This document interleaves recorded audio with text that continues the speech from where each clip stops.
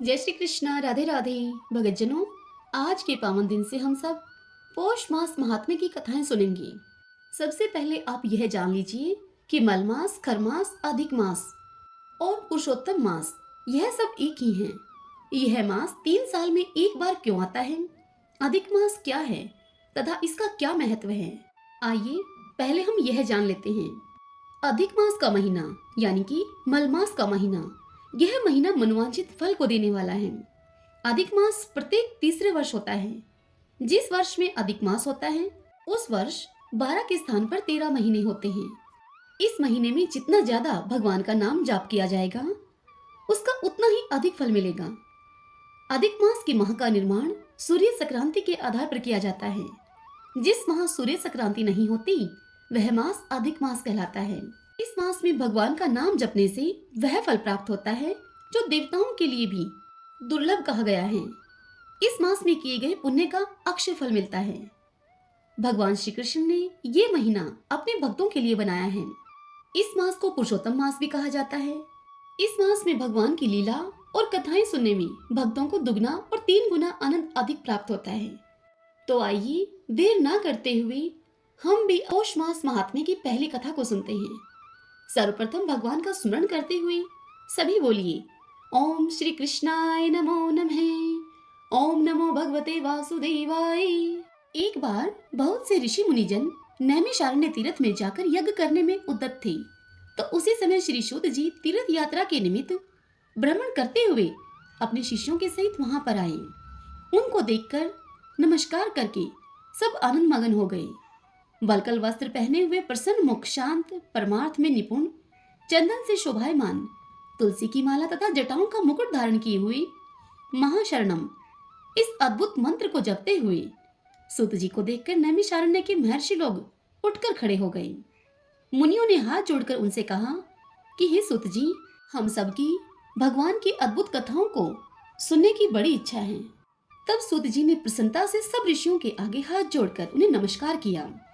तब सब ऋषिगण कहने लगे कि हे सूत जी, हमने आपके लिए बहुत सुंदर आसन बनाया है, आप इस आसन पर बैठिए।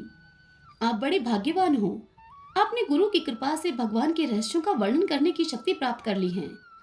इस संसार सागर में हजारों बातें सुनने योग्य हैं, परंतु उनमें जो भी सार वस्तु हो, हम संसार सागर में डूबे हुओं को पार करने के लिए जो शुभ श्रेष्ठ कथा आपके विचार में निश्चित हो वही सुनाइए हमें। तब शौनक आदि के पूछे जाने पर श्री सूत जी उनसे कहने लगे कि हे विप्रो, मेरे वचनों को तुम सुनो। मैं पहले पुष्कर तीर्थ गया और वहां से हजारों तीर्थों में होता हुआ फिर हस्तिनापुर गया। वहां राजा परीक्षित अपने राज्य को छोड़कर अनेक महापुण्यवान ऋषियों के साथ गंगा के किनारे जा रहे थे। उनमें अनेक सिद्ध योगी और महासिद्ध मुनि भी थे।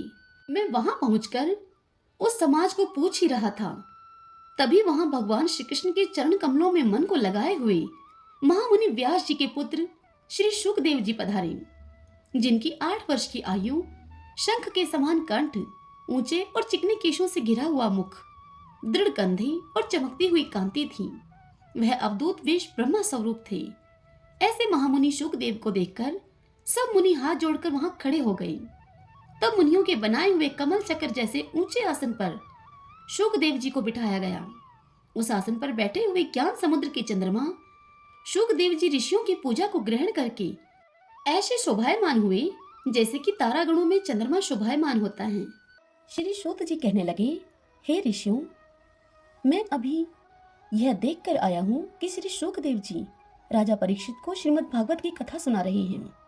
यह बात सुनकर अन्य ऋषिगण सूत जी से कहने लगे, हे सूत जी, जो कुछ आपने वेदव्यास जी के मुख से वहां सुना हो वही कथा हमें सुनाइए। तब सूत जी बोले कि हे ऋषियों, जैसा मुझे ज्ञान है और जैसा मैंने वेदव्यास जी के श्रीमुख से सुना है वही मैं तुमसे भी कहता हूँ। एक समय नारद जी विचरते हुए भगवान नारायण के निवास स्थान में जा पहुंचे।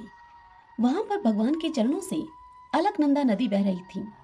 वहां पर ब्रह्मा में मन लगाए हुए जितेंद्रिय, निर्मल और तेजोमय ऋषि को देखकर भगवान ने उनको नमस्कार किया।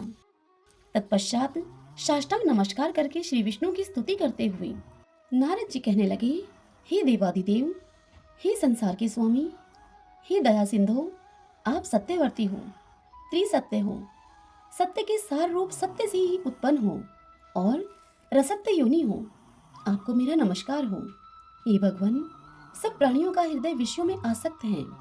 स्त्री पुत्र आदि के मुंह में फंसे हुए गृहस्थी लोगों का हित करने वाला तथा मेरे लिए भी लाभदायक कुछ विचार करके मुझे बताइए। मैं आपके मुखारविंद से कुछ सुनने के लिए ब्रह्मालोक से यहाँ आया हूँ। नारद जी के ऐसे वचनों को सुनकर भगवान हंसकर नारद जी से कहने लगे, हे नारद, भगवान श्री कृष्ण की पुण्य कथा को तुम सुनो। हे तात, जगत के विधाता और उसको एक पल मात्र में ही नाश करने वाले, उनके कर्मों को कहने वाला पृथ्वी में ऐसा कौन समर्थ है। हे नारद जी, ऐसी सार युक्त कथा तुम भी जानते हो, परंतु फिर भी दरिद्रता को हरने वाला, यश और श्रेष्ठ पुत्रों को देने वाला, मोक्ष को देने वाला तथा शीघ्र सेवन करने योग्य ऐसे अद्भुत पुरुषोत्तम महात्मा को कहता हूँ। यह सुनकर नारद जी उनसे कहने लगे कि हे विप्रो, स्वामियों के सहित मैंने चैत्र आदि मास तो सुने हैं, परंतु उनमें पुरुषोत्तम मास मैंने नहीं सुना है। यह पुरुषोत्तम मास कौन सा मास है, यह कैसे हुआ? हे कृपानिधि, यह आप सब मुझसे कहिए। इस मास का स्वरूप और विधान मुझसे कहिए। क्या करना चाहिए और स्नान कैसे करें, दान क्या करें, जब पूजा आदि उपवास आदि के क्या साधन हैं? इसके अतिरिक्त और कोई भी सार हो तो वह सब भी मुझे बतलाइए। सूत जी कहने लगे कि हे ऋषियों, नारद जी के ऐसे जनहितकारक वचनों को सुनकर भगवान चंद्रमा के समान शीतल और शांति देने वाले वचन इस प्रकार बोले। भगवान नारायण बोले, हे नारद जी, जो कुछ श्री कृष्ण ने युधिष्ठिर से कहा था वही मैं तुमसे कहता हूँ। एक समय धर्मराज युधिष्ठिर जुए में दुर्योधन से सब कुछ हार गए। तब दुर्योधन का भाई दुष्ट दुशासन द्रौपदी के बालों को पकड़कर खींचने लगा। तब द्रौपदी की रक्षा भगवान श्री कृष्ण ने की थी। उसके पश्चात युधिष्ठिर आदि राज्य को छोड़कर कामिक वन को चले गए। वहां पर वन में युधिष्ठिर आदि बाल बिखेरे हुए वन में रहने वाले हाथियों की तरह वन में फलों को खाकर अति दुख को प्राप्त हुए। तब एक समय देवकी के पुत्र श्री कृष्ण भगवान उनको दुखी जानकर उनसे मिलने के लिए काम्यक वन में गए। उस समय युधिष्ठिर आदि श्री कृष्ण भगवान को देखकर ऐसे खुश हुए मानो उनके देह में प्राण आ गए हों। वे बड़े प्रेम से मिले और हरि के चरण कमलों में उन सब ने नमस्कार किया। द्रौपदी ने भी श्री कृष्ण को प्रणाम किया। राजा युधिष्ठिर को दुखी देखकर और ऐसे ही द्रौपदी को भी दुखी देखकर भगवान श्री कृष्ण भी अत्यंत दुखी हुए। जब विश्व आत्मा भक्तवत्सल भगवान ने दुर्योधन को भस्म करने के लिए कोप किया तो मानो करोड़ों काल कराल समान मुख से प्रलय काल की अग्नि उठी हो और दांतों को पीसते हुए मानो त्रिलोकी को भस्म कर देंगे। तब अर्जुन श्री कृष्ण भगवान को क्रोध में देखकर भय से कांप उठे। तब युधिष्ठिर और द्रौपदी तथा वहां उपस्थित दूसरे वृंद भी हाथ जोड़कर भगवान को प्रसन्न करने के लिए उनकी स्तुति करने लगे। अर्जुन कहने लगे, हे कृष्ण, हे जगन्नाथ, हे नाथ, मैं जगत के बाहर नहीं हूँ, फिर आप मेरी रक्षा क्यों नहीं करते? आप तो सारे जगत की रक्षा करने वाले हो। जिसके नेत्र के गिरने से ब्रह्मा का पतन हो जाता है, जिनके कोप से क्या कुछ न हो जाए, कोई कह नहीं सकता। हे तात, हे जगतपते, इस संहार करने वाले क्रोध को आप हरो। आपके क्रोध से संसार में प्रलय हो जाएगी। इससे आगे भगवान नारायण नारद जी से कहते हैं, हे नारद जी, अर्जुन इस प्रकार कहकर हाथ जोड़कर श्री कृष्ण भगवान को नमस्कार करने लगे। तब श्री कृष्ण भगवान अर्जुन के इस प्रकार के स्तुति भरे वचनों को सुनकर शीतल हो गए। फिर प्रेम से आकुल और व्याकुल होकर युधिष्ठिर आदि श्री भगवान को बारंबार नमस्कार करने लगे। श्री नारायण कहने लगे कि हे नारद जी, इस प्रकार प्रेम से मगन होकर सिर झुकाकर हाथ जोड़कर बारंबार भगवान कृष्ण को नमस्कार करके अर्जुन ने भगवान कृष्ण से जो प्रश्न किया वह तुमसे कहता हूँ। हरि भगवान सब सुनकर पांडवों के हित कर वचन कहने लगे। श्री कृष्ण कहने लगे, हे अर्जुन, मेरे वचनों को तुम सुनो और आपने जो अपूर्व प्रश्न किया है, यद्यपि मैं इसका उत्तर देने को समर्थ नहीं, यह गुप्त प्रश्न ऋषियों को भी कठिन है, तो भी हे अर्जुन, मैं तुम्हारी मित्रता और भक्ति से प्रसन्न होकर अत्यंत कठिन उत्तर को कर्म से कहता हूँ। तुम सुनो। हे अर्जुन, किसी समय में संयोगवश अधिक मास आया। उस मास को सब असहाय, निंदक, अपूज्य मलमास और रवि की संक्रांति से वर्जित ऐसा कहते हैं। मल अर्थात गंदा। मल मांस होने से स्पर्श करने के यह योग्य नहीं है, सब कर्मों में निंदित है। इस प्रकार लोगों से वचन सुनकर वह मलमास कांतिहीन निरुद्योगी दुख से युक्त होकर मेरे पास आया और बैकुंठ में जहां पर मैं निवास करता था, स्वर्ण के सिंहासन पर बैठे हुए मुझे देखकर उसने दंडवत प्रणाम किया और दोनों हाथों को जोड़कर नेत्रों में आंसू बहाता हुआ वह मलमास इस प्रकार मुझसे कहने लगा। नारायण भगवान नारद जी को कथा सुनाते हुए आगे कहते हैं, हे नारद, भगवान श्री कृष्ण के सम्मुख रोते हुए वह अधिक मास कहने लगा, हे नाथ, हे कृपानिधि, मलमास ऐसा मेरा नाम है। मैं बलवानों से तिरस्कृत होकर यहाँ पर आया हूँ, फिर आप मेरी रक्षा क्यों नहीं करते? मुझको उन लोगों ने शुभ कर्म में वर्जित, अनाथ और सदैव घृणा की दृष्टि से देखा है। अब आपकी दयालुता कहाँ गई? यह कठोरता मेरे लिए क्यों हुई? इस प्रकार भगवान से कहकर वह स्वामीहीन मलमास श्री कृष्ण के आगे आंसू बहाता हुआ वहां बैठ गया। तब द्रवीभूत हरि आगे बैठे हुए दीन बदन मलमास से कहने लगे, हे तात, तुम अत्यंत दुख में डूबे हुए हो, सो वैसा क्या बड़ा भारी दुख तुम्हारे मन में है? तुम किसी प्रकार का सोच मत करो, मैं तुझ दुख में डूबे हुए का उद्धार करूंगा। मेरी शरण में आकर तुम सोच करने योग्य नहीं हो। आगे की कथा सुनाते हुए नारायण भगवान नारद जी से बोले, हे नारद, भगवान के ऐसे वाक्यों को सुनकर मलमास बोझिल सा होकर मधुसूदन भगवान से इस प्रकार बोला। मलमास कहने लगा, हे भगवान, आपको सब कुछ ज्ञात है, आपके बिना इस संसार में कुछ भी नहीं है। हे भगवान, मेरे दुर्भाग्य की पीड़ा क्या आप नहीं जानते? तो भी हे नाथ, दुख रूपी फांस में फंसा हुआ जैसा कष्ट किसी को भी न हुआ न देखा गया हो, सो मैं आपसे कहता हूं, क्षण, लव, मुहूर्त, पक्ष, मास और दिन रात्रि अपने स्वामी की आज्ञा से सदा भय रहित होकर आनंद करते हैं, परंतु मेरा न कोई नाम है, न कोई मेरा स्वामी है और न कोई मुझको आश्रय देने वाला है। इसी से सब देवताओं ने मेरा तिरस्कार कर दिया है, वह मेरा निरादर करते हैं और शुभ कर्म में यह मलमास वर्जित है, ऐसे सदा अंध परंपरा से वह कहते हैं। इसलिए मैं अब मरना चाहता हूँ, मैं जीना नहीं चाहता, मैं मरूंगा, अब मैं मरूंगा।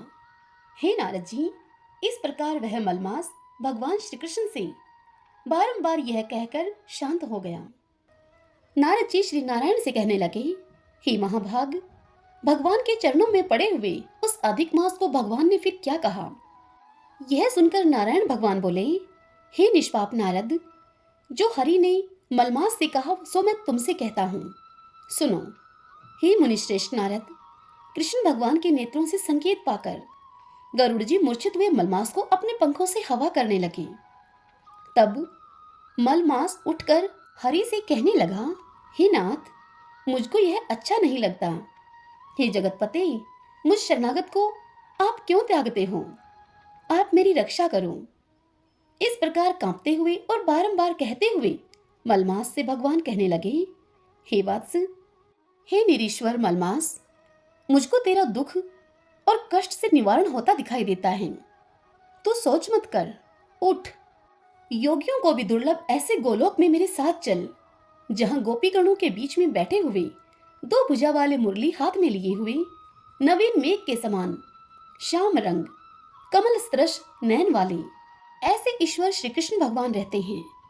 श्री कृष्ण भगवान गोलोक में तेरे दुख को दूर करेंगे, चलो वहां पर चलते हैं। श्री नारायण भगवान नारद जी से कहने लगे कि इतना कहकर श्री हरि भगवान मलमास का हाथ पकड़कर उसे गोलोक को ले गए। नारद जी भगवान नारायण से बोले, हे पाप रहित, विष्णु भगवान ने गोलोक में जाकर क्या किया, सो कृपा करके आप मुझसे कहिए। तब श्री भगवान नारायण उनसे कहने लगे, हे नारद, सुनो। श्री विष्णु भगवान जब अधिक मास के सहित गोलोक में गए तो वहां क्या हुआ सो मैं तुमको सुनाता हूँ। गोलोक में मणियों के खंभों से सुशोभित भगवत धाम, जिसमें मनोहर ज्योति स्थान विष्णु भगवान ने दूर से ही देखा। उसके तेज से नेत्र मुंद गए। फिर अधिक मास को भगवान पीछे करके कुछ थोड़े से नेत्र खोलकर धीरे धीरे आगे बढ़े। जब उस स्थान के पास पहुंचे तो अधिक मास सहित विष्णु बड़े प्रसन्न हुए। द्वारपाल ने इनको नमस्कार किया। रत्नों के सिंहासन पर गोपियों के बीच में बैठे हुए श्री कृष्ण को रामानाथ श्री विष्णु जी ने नमस्कार किया। फिर विष्णु ने कांपते हुए मलमास को श्री कृष्ण के चरण कमलों में डाल दिया। तब श्री कृष्ण भगवान पूछने लगे कि यह कौन है, कहाँ से आया है और यहाँ आने पर यह किस लिए रोता है? क्या इसका दुख कोई नहीं मिटाता? श्री नारायण कहने लगे कि हे नारद जी, गोलोकनाथ के वचनों को सुनकर श्री विष्णु भगवान ने आसन से उठकर आदि से अंत तक मलमास का सब वृतांत श्री कृष्ण से कहा और उन्हें बताया कि इस प्रकार दुख रूपी दावानल से जला हुआ यह मरने को तैयार हुआ। तब दूसरे दयालु पुरुषों से प्रेरित किया गया यह मलमास मेरे पास आया। हे हर्षिकेश, मेरी शरण में आकर दुख जाल से घिरा हुआ, बारंबार रोता हुआ और कांपता हुआ यह सब कहने लगा, इसके महादुख को आपके बिना कोई निवारण नहीं कर सकता। इसलिए इस स्वामी रहित को हाथ पकड़कर मैं आपके पास लाया हूँ।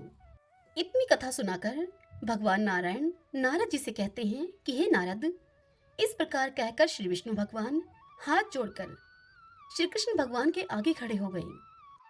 श्री सूत जी से इतनी कथा सुनकर शौनक आदि ऋषि उनसे कहने लगे कि हे सूत जी, विष्णु और श्री कृष्ण का संवाद सब लोगों के लिए उपकार करने वाला है। गोलोकवासी श्री कृष्ण ने क्या कहा और क्या किया, सो विस्तार पूर्वक हमसे कहिए। सूत जी कहने लगे कि हे तपोधन, जब विष्णु भगवान मलमास का अपार दुख कहकर चुपचाप आसन पर बैठ गए, तब श्री कृष्ण ने विष्णु भगवान को जो गुह्य वचन कहे वह मैं तुमसे कहता हूँ। श्री पुरुषोत्तम बोले, हे विष्णु, आपने यह बहुत अच्छा किया जो मलमास का हाथ पकड़कर यहाँ पर इसे ले आए। इससे लोक में महान कीर्ति पाएंगे आप। जिसको आपने स्वीकार किया उसको मैंने भी स्वीकार कर लिया। इसको मैं अपने समान ही कर दूंगा। गुण, कीर्ति, अनुभव, छंदों, ऐश्वर्य, पराक्रम, भक्तों को वरदान, मेरे समान सभी गुण इसमें होंगे। जिस प्रकार मैं लोक में प्रसिद्ध हूँ वैसे ही यह भी पुरुषोत्तम नाम से विख्यात होगा। जो गुण मुझ में है वही मैंने इसको दिए। हे जनार्दन, तुम्हारी प्रसन्नता के लिए मैंने अपने सभी गुण इसको दे दिए और मैं ही इसका स्वामी हूँ। यह पुरुषोत्तम के नाम से जगत में प्रसिद्ध होगा और मेरे समान होकर सब मासों का स्वामी होगा। अब यह जगत का पूज्य, जगत के नमस्कार करने योग्य होकर पूजनीय होगा और पूजने वालों का दुख और दरिद्रता का नाश करेगा। सब मास इच्छा वाले हैं, मैंने इसको इच्छा रहित किया। मनुष्यों को मोक्ष देने वाला अपने बराबर मैंने इसको बना दिया। जो कोई इच्छा रहित या इच्छा वाला इसको पूजेगा वह अपने किए हुए कर्मों को भस्म करके निसंशय मुझको प्राप्त करेगा। हे गरुड़ध्वज, महाभाग्यशाली यति, ब्रह्मचारी महात्मा निराहारी भी रहकर मेरे परम स्थान को प्राप्त नहीं होते हैं, परंतु पुरुषोत्तम के भगत मास भर में जन्म मृत्यु के रहित होकर बिना श्रम के ही हरि के पद को पा सकते हैं। सब साधनों में श्रेष्ठ, सब काम तथा अर्थ का देने वाला यह पुरुषोत्तम मास सेवन के योग्य है। जैसे हल से बोए हुए बीज करोड़ों गुना बढ़ते हैं, वैसे ही पुरुषोत्तम मास में किया हुआ पुण्य कोटि गुना बढ़ता है। कोई चातुर्मास के व्रत यज्ञों के द्वारा स्वर्ग में जाकर वहां के भोगों को भोग कर फिर इस पृथ्वी में आते हैं, किंतु जो पुरुषोत्तम मास का आदर से विधि पूर्वक सेवन करता है वह अपने कुल का उद्धार करके मुझको ही प्राप्त होता है। जो महाअज्ञानी मनुष्य इस मास में जप, दान आदि नहीं करते और अच्छे कर्म नहीं करते, देव, तीर्थ तथा ब्राह्मण से वैर करते हैं, वे दुष्ट भाग्य वाले दूसरे के भाग्य पर जीने वाले हैं। उनको खरगोश के सींग के समान स्वप्न में भी सुख नहीं होगा। जब मूढ़ मनुष्य मेरे प्रिय मल मास का तिरस्कार करेंगे और जो धर्म का आचरण नहीं करेंगे वे सदैव नरक के गामी होंगे। जो पुरुषोत्तम मास के निमित्त 3 वर्ष में एक बार धर्म का आचरण नहीं करते वह कुंभी पाक आदि नरकों में पड़ते हैं। जो अज्ञानी पुरुष स्त्री, पुत्र, पौत्र आदि के बंधन में फंसा रहता है वह अज्ञानी दुख रूपी दावानल में पड़ा रहता है। जिनका अज्ञान से मेरा प्रिय अत्यंत पुण्यवान पुरुषोत्तम मास बीत गया उनको कैसे सुख प्राप्त हो सकता है। श्रेष्ठ भाग्यशाली जो स्त्रियां पुत्र सुख सौभाग्य के लिए पुरुषोत्तम मास में स्नान दान तथा पूजन करेंगी, उनको मैं सौभाग्य संपत्ति सुख तथा पुत्र दूंगा। और जो मेरे इस मास को ऐसे ही व्यतीत कर देंगी, उनको मेरे प्रतिकूल और स्वामी से सुख नहीं होगा। भाई पुत्र तथा धन का सुख तो उनको स्वप्न में भी प्राप्त नहीं होगा। अतः सब मनुष्यों को मेरे इस मास में स्नान पूजा जप आदि करना, विशेष करके अपनी शक्ति के अनुसार दान करना चाहिए। जिस मनुष्य ने भक्ति और श्रद्धा से पुरुषोत्तम मास में मेरी पूजा की, वह धन तथा पुत्र का सुख भोग कर अंत में मेरे गोलोक में वास करेगा। अब मेरी आज्ञा से सभी मनुष्य मलमास को पूजेंगे। मैंने सब मासों में उत्तम इसको किया है, इसलिए हे रमापते, तुम चिंता को छोड़कर पुरुषोत्तम मास को लेकर बैकुंठ को जाओ। सूत जी कहने लगे, हे तपोधन, भगवान विष्णु और श्री कृष्ण जी के ये वचन सुनकर नारद जी अत्यंत प्रसन्न हुए, परंतु फिर भी प्रश्न करने लगे। वे नारद जी कहने लगे, हे प्रभु, रुक्मणी नाथ जब बैकुंठ को चले गए फिर क्या हुआ, वह सब कृपा करके आप मुझसे कहिए। हरि का वरदान सबके लिए हितकारक है। ऐसे प्रश्न से प्रसन्न होकर श्री नारायण भगवान जगत को आनंद देने के लिए नारद जी से ये वचन बोले। श्री नारायण जी कहने लगे, हे नारद, जब रुक्मणी नाथ भगवान श्री कृष्ण बैकुंठ को चले गए, तब उन्होंने अधिक मास को अपने धाम में अपने पास बसाया। वहां बैकुंठ में बसकर अधिक मास अत्यंत आनंद करने लगा और भगवान के साथ क्रीड़ा करने लगा। श्री कृष्ण ने मन से प्रसन्न होकर मलमास को 12 मासों में सबसे श्रेष्ठ कर दिया और सबका प्रिय बना दिया। इस प्रकार भक्त वत्सल भगवान युधिष्ठिर और द्रौपदी को कृपा से देखते हुए अर्जुन से इस प्रकार बोले। भगवान श्री कृष्ण बोले, हे राज सिंह, दुख में डूबे होने के कारण तुमने तपोवन में आए हुए पुरुषोत्तम का आदर नहीं किया और उन वृंदावन चंद्र का प्रिय मांस आपके वन में रहने से अनजाने ही चला गया। भय से दुखित मन वाले भीष्म द्रोण भी नहीं जान पाए और भय के द्वेष से तुमने भी नहीं जाना। वेद व्यास जी से प्राप्त विद्या आराधना में लगे रहे। भयंकर शक्तिशाली अर्जुन इंद्रप्रस्थ गए, पर उसके दुख से दुखित भाग्यवश आप लोगों ने नहीं जाना। अतः अब क्या करना चाहिए? मनुष्य को प्रारब्ध भोग अवश्य भोगना पड़ता है। मनुष्य प्रारब्ध से ही सुख दुख भय और आनंद को प्राप्त होता है। अतः सदा भाग्य पर ही भरोसा रखो। हे महाराज युधिष्ठिर, अब आपके दुख का दूसरा कारण कहता हूँ। इतिहास प्रसिद्ध इस कथा को अच्छी तरह श्रवण करो। कृष्ण कहने लगे, हे युधिष्ठिर, यह द्रौपदी पूर्व जन्म में महाभाग्यशाली ब्राह्मण की पुत्री थी। कुछ काल व्यतीत होने पर 10 वर्ष की हो गई।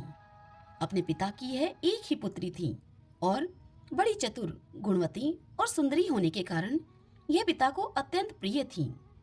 यह पड़ोसिन सखियों का सुख देखकर पुत्र पौत्र की इच्छा करने लगी और विचार करने लगी कि ऐसे मेरे भी अच्छे गुण और भाग्य वाले भर्ता और सुख देने वाले श्रेष्ठ पुत्र किस तरह उत्पन्न हों। परंतु प्रारब्ध ने तो पहले ही नाश कर दिया। क्या करूं? क्या किसी मुनि के पास जाऊं या फिर किसी तीर्थ में जाकर वहां पर रहूं? मेरा भाग्य कैसा सो गया है कि कोई भर्ता मेरी इच्छा ही नहीं करता है। बड़े आश्चर्य की बात है कि मेरे भाग्य से मेरा पंडित पिता भी मूढ़ हो गया है। विवाह काल प्राप्त होने पर भी मेरे जैसे मेरी जोड़ी के वर को मुझे नहीं सौंपता। मालिक के दुख की पीड़ा तथा कुमारी में स्वामी का सुख जैसा मेरी सखियां जानती हैं, वह मैं नहीं जानती। ऐसे आकुल तथा व्याकुल वाले मनोरथ की चिंता से मेरी भाग्यवती माता पहले कैसे मर गई। शोक और मोह की तरंगों से पीड़ित कन्या का पिता, यह मेधावी ऋषिराज भी पृथ्वी में विचरने लगा, परंतु कन्यादान के निमित्त जोड़ी का वर ढूंढने पर भी नहीं मिलने से अपने मनोरथ में वह निराश हो गया। पुत्री के और उसके अपने दुर्भाग्य से टूटा संकल्प का पिंजरा होने से उसको महादारुण ज्वर हो गया। तब वह ऋषिराज सब शरीर में अतिशूल होने के कारण व्याकुल हो गया और श्वास पर श्वास से युक्त होकर लौटता गिरता घर आकर पृथ्वी पर गिर पड़ा। जैसे मदिरापान करने की मूर्छा को प्राप्त हो जाता है मनुष्य, ठीक वैसे ही तत्पश्चात उसने अपनी पुत्री का स्मरण किया। जब तक पुत्री भय से व्याकुल होकर अपने पिता के पास आई, तब तक वह मरने के सदृश हो गया। दैवयोग से अकस्मात कांपता हुआ और कन्यादान के प्रसंग से उठे हुए महोत्सव से रहित और पूर्व काल के लिए गृहस्थी के धर्मों से रहित होकर संसार की वासना को छोड़कर हरि में मन को लगाता हुआ वह मेधावी ऋषिराज श्री हरि पुरुषोत्तम को स्मरण करने लगा। वह बोला, हे श्री कृष्ण, हे गोविंद, हे हरे, हे मुरारे, हे राधेश, हे दामोदर, हे दीनानाथ, हे हर्षिकेश्वर, आपको नमस्कार करता हूँ। आप मेरी इस संसार रूपी समुद्र से रक्षा कीजिए। इस प्रकार मुनि के वचन सुनकर बहुत जल्दी भगवान के पार्षद मरे हुए मुनि की जीवात्मा को लेकर भगवान के बैकुंठ धाम को चले गए और वह पुत्री पिता का मरण सुनकर हाय हाय करके रोती और पिता की देह को गोदी में लेकर विलाप करने लगी। अत्यंत दुखित होकर दारुण विलाप करती हुई मानो उसका पिता जीवित हो। अत्यंत व्याकुल होकर वह कहने लगी कि हाय पिता, मुझको आप किसके सहारे छोड़कर विष्णु लोक में चले गए। हे तात, अब मैं बिना पिता के किसके सहारे रहूंगी। न मेरे भाई हैं, न कोई कुटुंबी, न मेरी तपस्विनी माता ही है जो मेरे भोजन और वस्त्रों की चिंता करती। अब इस दशा में मैं मर भी जाऊंगी, जीने से अब क्या काम है। उसे इस प्रकार बारंबार रोते और विलाप करते हुए सुनकर उस वन के रहने वाले ब्राह्मण सोचने लगे कि अत्यंत करुणा भरे स्वर से इस तपोवन में कौन रोता है। फिर तपस्वी मेधावी ऋषि की पुत्री का रोना निश्चय करके वह सब वहां आ पहुंचे और वहां पुत्री की गोद में मरे हुए मुनि को देखकर वन के सब रहने वाले भी रोने लगे और पुत्री की गोद से मुर्दे को लेकर शमशान घाट में ले जाकर अंत्येष्टि विधि से चारों तरफ काष्ठ लगाकर उसे जला दिया और कन्या को समझाकर सब अपने अपने घर को चले गई। और वह कन्या, उस कन्या ने धैर्य धारण करके यथाशक्ति खर्च करके और धर्मदायक क्रिया की। सूत जी कहने लगे कि इसके पश्चात नारद जी विस्मय युक्त होकर मेधावी ऋषि की कन्या का वृतांत पूछने लगे। नारद जी ने पूछा कि हे मुने, फिर उस ऋषि कन्या ने वन में क्या किया? क्या किसी ऋषि ने उसके साथ विवाह किया? तब नारायण कहने लगे कि इस कन्या ने दुख के साथ अपने पिता का स्मरण करते हुए वहां आश्रम में रहकर कुछ काल व्यतीत किया। भाग्यवश एक दिन उस वन में अपनी इच्छा से विचरते हुए महाकोप वाले दुर्वासा मुनि वहां आ गए। दुर्वासा मुनि को आता हुआ देखकर शोक सागर में डूबी हुई उस कुमारी ने उठकर धीरज धारण करके मुनि के चरणों में नमस्कार किया। नमस्कार करके मुनि का नाना प्रकार के फलों से आदर करके मुनि का पूजन किया। फिर मुनि से वह कन्या आदर पूर्वक कहने लगी, हे मुनि, आपको नमस्कार है। मुझ दुर्भाग्नि के आश्रम में आपका कैसे आना हुआ? आपके आने से मेरे भाग्य का उदय हो गया है, अथवा मेरे पिता के पुण्य प्रताप मुझको समझाने के लिए आप आए हैं। आप जैसे महात्माओं के तीर्थ रूपी चरणों के रजकण को स्पर्श करके मेरा जन्म सफल हो गया है, जो आप जैसे महात्माओं का मुझको दर्शन प्राप्त हुआ। इस प्रकार कहकर वह कन्या उनके आगे चुपचाप जाकर बैठ गई। तब दुर्वासा मुनि कुछ हंसकर उससे बोले, धन्य धन्य हे ब्राह्मण पुत्री, तुमने अपने पिता के कुल का उद्धार कर दिया है। तब वह कन्या बोली, हे ऋषि, आपके दर्शन मात्र से ही मेरा शोक समुद्र सूख गया है। हे मुने, आप जो यहाँ आए इसका परिणाम अच्छा ही होगा और मैं उत्पन्न हुई महाअग्नि की ज्वाला से जल रही हूँ। इस अग्नि को आप शीघ्र बुझाओ। मुझे हर्ष उपजाने वाला और कोई नहीं दिखाई देता। मुझको धैर्य देने वाली न तो मेरी माता है और न पिता।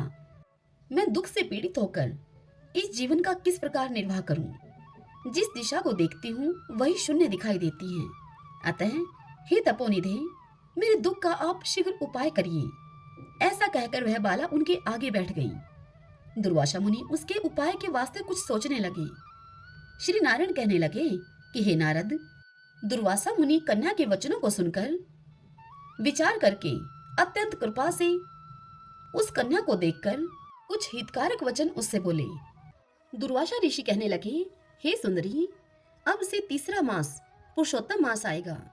उसमें स्नान करने से मनुष्य दोषों से छूट जाता है। इसके तुल्य कार्तिक आदि कोई भी मास नहीं है। सब मास तथा पक्ष और जो भी पर्व हैं पुरुषोत्तम मास की 16वीं कला के बराबर भी नहीं है। 12,000 वर्ष तक गंगा में स्नान करने से जो फल मिलता है और सिंह के बृहस्पति में आने पर गोदावरी गंगा में स्नान करने से जो फल मिलता है, वही फल कहीं भी पुरुषोत्तम मास में एक बार के स्नान करने मात्र से प्राप्त हो जाता है। यही श्री कृष्ण का प्रिय मास है। इसमें स्नान, दान, जप आदि करने से सब मनोवांछित फल की प्राप्ति होती है।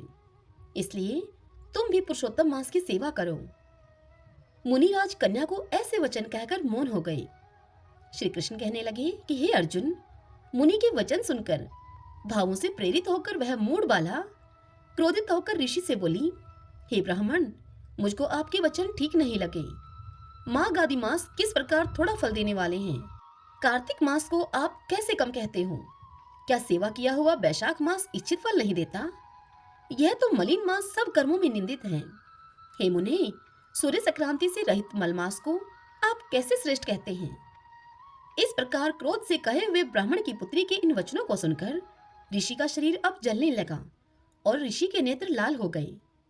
किंतु मित्र की कन्या होने के कारण उन्होंने उस कन्या को श्राप नहीं दिया, अपितु वह सोचने लगे कि यह कन्या मूर्ख है। यह कन्या अपने हित और अनहित को नहीं जानती। पुरुषोत्तम मास का महात्म्य जो बड़े ज्ञानी भी नहीं जानते, तो कम बुद्धि वाले पुरुष और कन्याएं तो जान ही कैसे सकती हैं। और यह बिना पिता की कन्या दुख रूपी अग्नि से सुलगती हुई मेरे अत्यंत उग्र श्राप को कैसे सहन कर सकेगी? इस प्रकार विचार करते हुए दुर्वासा ऋषि उत्पन्न हुए क्रोध को भगवान की कृपा से दूर करते हुए और स्वस्थ होकर उस व्याकुल कन्या से कहने लगे, हे बाले, तू मेरे मित्र की कन्या है, इसलिए तेरे पर मेरा कुछ भी कोप नहीं। जैसा तेरे मन में हो तू वैसा ही कर, और भी जो कुछ होने वाला है सो सुन मुझसे। मैं कहता हूं तुझे, तूने जो पुरुषोत्तम मास का अनादर किया है, इसका फल इस जन्म या अगले जन्म में अवश्य होना है। क्योंकि तेरा पिता मेरा मित्र था, इसलिए तुझको श्राप नहीं देता हूं मैं। किंतु तू बालक है और अपने शुभ और अशुभ को नहीं जानती है। तेरा कल्याण हो, मैं तो नारायण की सेवा में जाता हूँ। श्री कृष्ण जी अर्जुन से कहने लगे कि ऐसा कहकर वह महाक्रोधी तपस्वी मुनि झटपट वहां से चले गए और उसी क्षण वह कन्या पुरुषोत्तम के अनादर से कांतिहीन हो गई और अपने मन में विचार करने लगी कि तत्काल फल देने वाले पार्वती पति श्री शंकर भगवान जी, मैं उनकी आराधना करूंगी। इस प्रकार से ऐसा निश्चय करके वह कन्या अपने आश्रम में आई और महाकठिन तप करने की इच्छा करने लगी। सूत जी कहने लगे कि वह बाला प्रबल मुनि के वचनों को निंदित करके तथा बहुत फल वाले विष्णु और सावित्री पति ब्रह्मा को छोड़कर अपने वन आश्रम में केवल शंकर भगवान की सेवा करने लगी। नारद जी भगवान नारायण से बोले, हे प्रभु, सब मुनियों से भी महाकठिन ऐसा कौन सा तप उस कुमारी ने किया, वह हमसे भी कहिए। श्री नारायण भगवान नारद जी से कहने लगे कि वह कल्याणी सनातन शिव का अत्यंत उग्र तप करने लगी, जिनके सर्पों के आभूषण नंदी भृंगी से सेवित 24 तत्वों और तीनों गुणों से स्तुति किए गए 8 सिद्धियों और प्रकृति पुरुष स्तुते और जटा मुकुट से शोभित भाल में अर्धचंद्र ऐसे शिव को उद्देश्य करके वह बाला ग्रीष्म ऋतु के सूर्य में पंचाग्नि में स्थित होकर दुष्कर तप करने लगी। हेमंत तथा शिशिर ऋतु में ठंडे जल में स्थित उसका मुख जल के ऊपर इस प्रकार दिखाई देता रहा जैसे कि जल के ऊपर कमल शोभायमान होता है। उसका ऐसा उग्र तप सुनकर इंद्र महाचिंता को प्राप्त हो गया। सब देवताओं को और महर्षियों के द्वारा सराहनीय योग्य ऐसे उग्र तप में परवर्त हुई ऋषि कन्या को 9,000 वर्ष बीत गई। फिर पार्वती पति शंकर ने इसके तप से प्रसन्न होकर अपना अगोचर रूप उसे दिखलाया। उस रूप को देखकर वह कन्या झटपट खड़ी हो गई, मानो कि उसके देह में प्राण आ गए हों। तब से उसका शरीर जो दुर्बल हो गया था, मानो हष्ट पुष्ट हो गया। उस बाला ने नरम होकर श्री शंकर जी को नमस्कार किया और विश्व वंदित श्री शिव का मानसो उपचार से पूजन किया और उनकी स्तुति करने लगी। हे राजन, जब उस मेधावी ऋषि की तपस्विनी कन्या श्री शंकर भगवान की स्तुति करके शांत हो गई, तब वहां उग्र तप से उसका किया हुआ स्तोत्र सुनकर प्रसन्न मुख वाले श्री शिव उससे बोले, हे तपस्विनी, तेरा कल्याण हो, मनोवांछित वर मांग। महा आनंद में मगन कुमारी ऐसा सुनकर प्रसन्न हुए शिवजी से यह वचन बोली। वह बोली, हे दीनानाथ, यदि आप मुझ पर प्रसन्न हो तो मुझको आप पति दीजिए। ऐसा ही वह कन्या 5 बार कहकर शांत हो गई। यह सुनकर भगवान शिव मुनि कन्या से कहने लगे, हे कन्या, तूने जो अपने मुख से कहा वैसा ही होगा। तूने 5 बार पति मांगा, सो हे सुंदरी, तेरे 5 पति होंगे। श्री कृष्ण कहने लगे कि श्री शिव के ऐसे अनिति प्रिय वचन सुनकर वह बाला बोली, हे सदाशिव, एक स्त्री के एक ही पति हो सकता है। कहीं भी स्त्री 5 पति वाली न देखी गई है न सुनी गई है। एक पुरुष के 5 स्त्री तो हो सकती हैं, परंतु मैं 5 पतियों वाली कैसे होंगी? आपको ऐसा कहना योग्य नहीं है। हे प्रभु, ऐसा वरदान देने में आपको ही लज्जा होगी। उस कन्या के ऐसे वचन सुनकर श्री शिव उससे कहने लगे कि इस जन्म में नहीं, अगले जन्म में होंगे। वहां तो तपोबल से योनि से उत्पन्न नहीं होगी और वहां भर्ता से उत्पन्न सुख को प्राप्त होकर परम पद को प्राप्त होगी। दुर्वासा मेरा ही रूप है, तूने उनका तिरस्कार किया है। यदि दुर्वासा कोपायमान हो जाएं, तो ये तीनों लोगों को जला देवें। तूने अत्यंत ब्रह्मा तेज का तिरस्कार किया है और तूने भगवान के प्रिय पुरुषोत्तम मास का व्रत नहीं किया, जिसको श्री कृष्ण भगवान ने सब ऐश्वर्य सौंप दिया है। हे बाले, मैं ब्रह्मा आदि देवता और नारद आदि तपस्विक जिन श्री भगवान की आज्ञा को नहीं टाल सकते, तूने उनको नहीं पूजा और उनका अनादर किया है, इसलिए तेरे 5 पति होंगे। हे बाले, जो पुरुषोत्तम मास की निंदा करता है वह घोर नरक में जाता है। उसके विपरीत कभी भलाई नहीं हो सकती उसकी। जो पुरुषोत्तम के भगत हैं वह पुत्र, पौत्र और धन से युक्त हैं। इस लोक तथा परलोक की सिद्धि को भी प्राप्त होते हैं।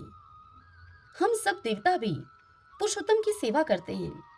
इस प्रकार कहकर श्री नीलकंठ महादेव तत्काल ही अंतर्ध्यान हो गई। तब वह बाला चकित रह गई। सूत जी कहने लगे कि हे ऋषियों, सदाशिव के अंतर्ध्यान होने से उस कन्या को भी चिंता हो गई। शंकर जी के चले जाने पर वह बाला हतकांति होकर श्वास पर श्वास लेती हुई भयभीत होकर आंखों में आंसू लाकर रोने लगी। इस प्रकार दुख से बहुत सा काल व्यतीत हो गया। फिर वह तपस्विनी भी बलवान काल के वश में हो गई। तब उस समय बड़े धर्मात्मा राजा द्रुपद ने उत्तम यज्ञ किया।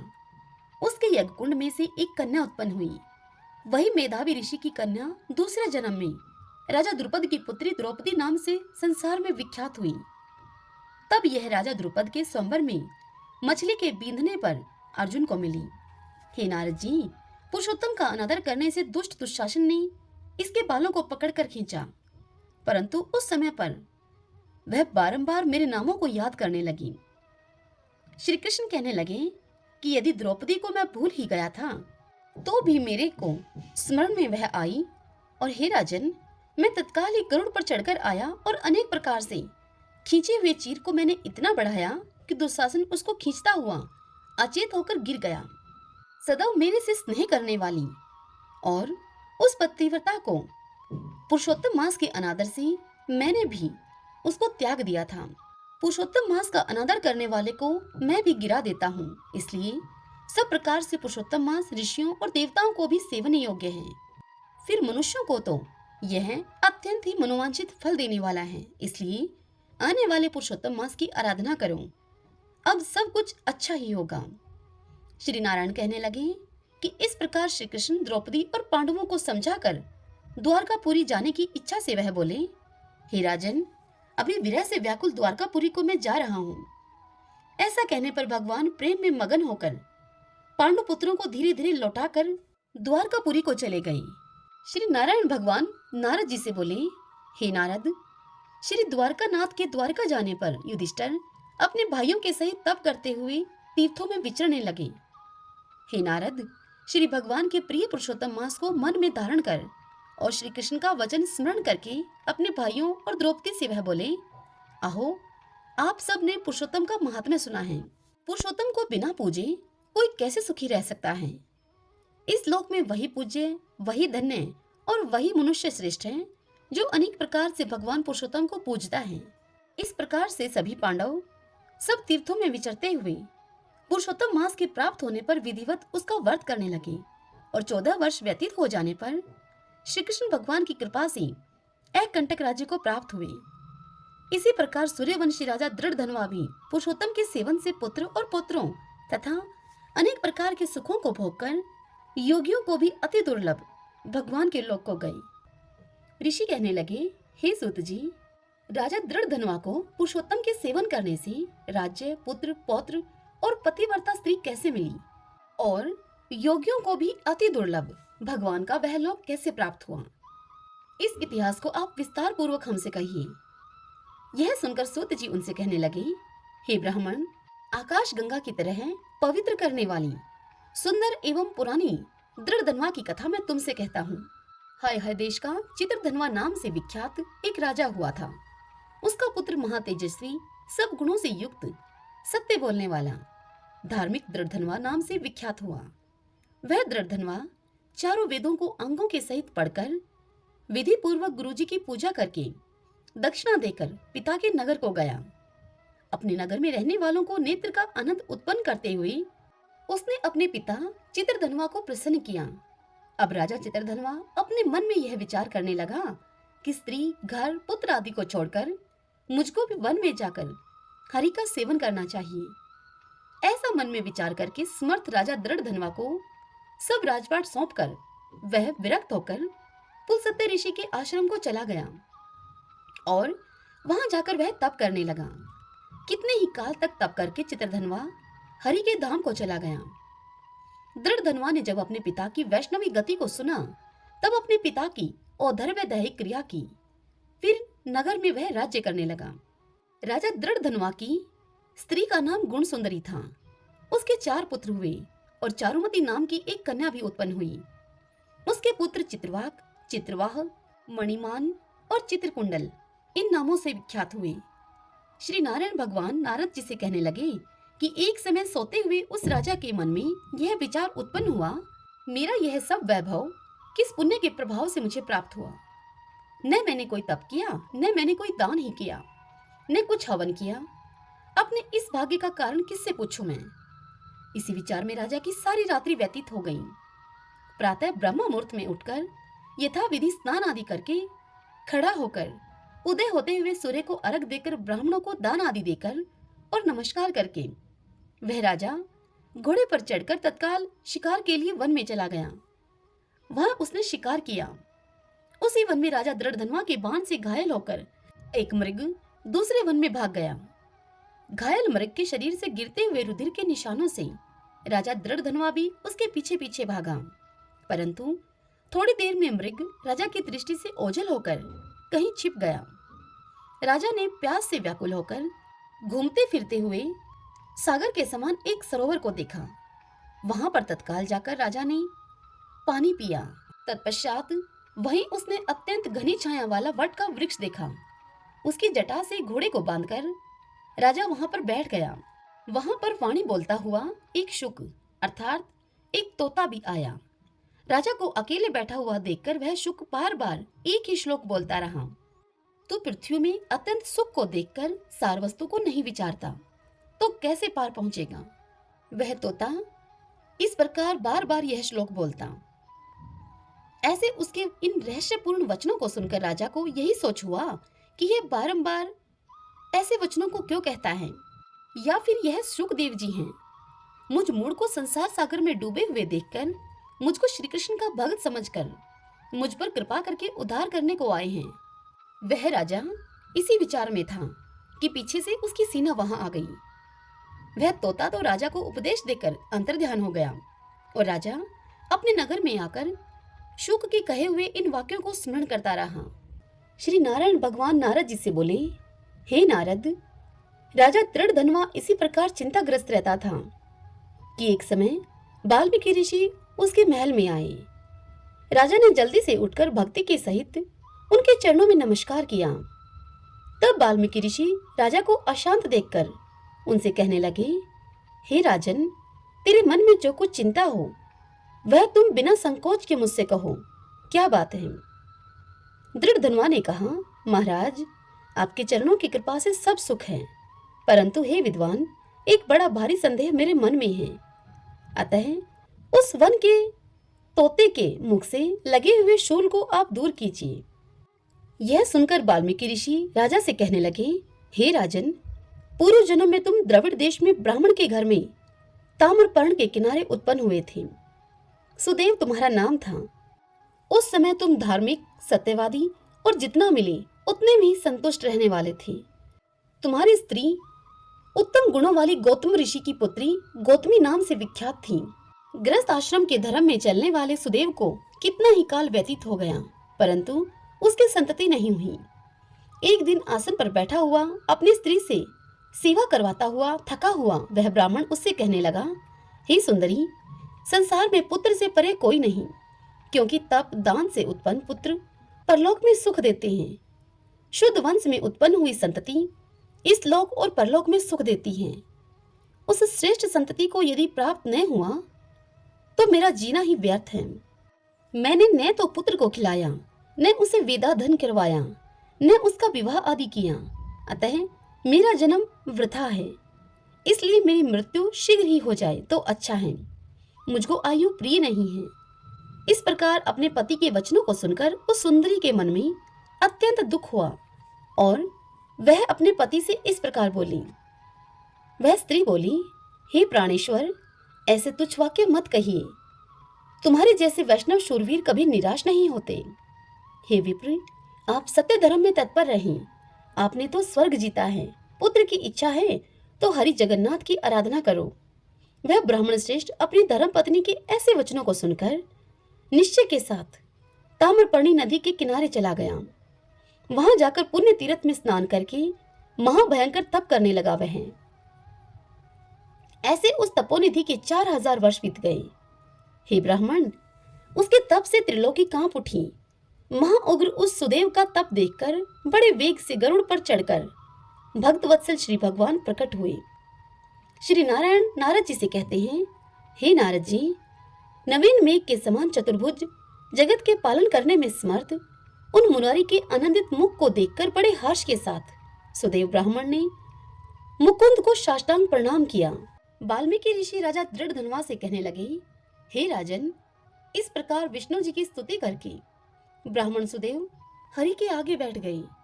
तब भगवान ऐसी स्तुति को सुनकर मेघ के समान गंभीर वाणी में उससे बोले, हे वत्स, तुमने बड़ा घोर तप किया है, इसलिए जो इच्छा हो सो वर मांगो।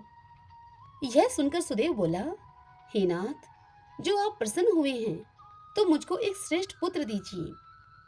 इस प्रकार ब्राह्मण के वचन सुनकर श्री भगवान उससे बोले, हे वत्स, पुत्र का सुख विधाता ने तेरे भाग्य में नहीं लिखा।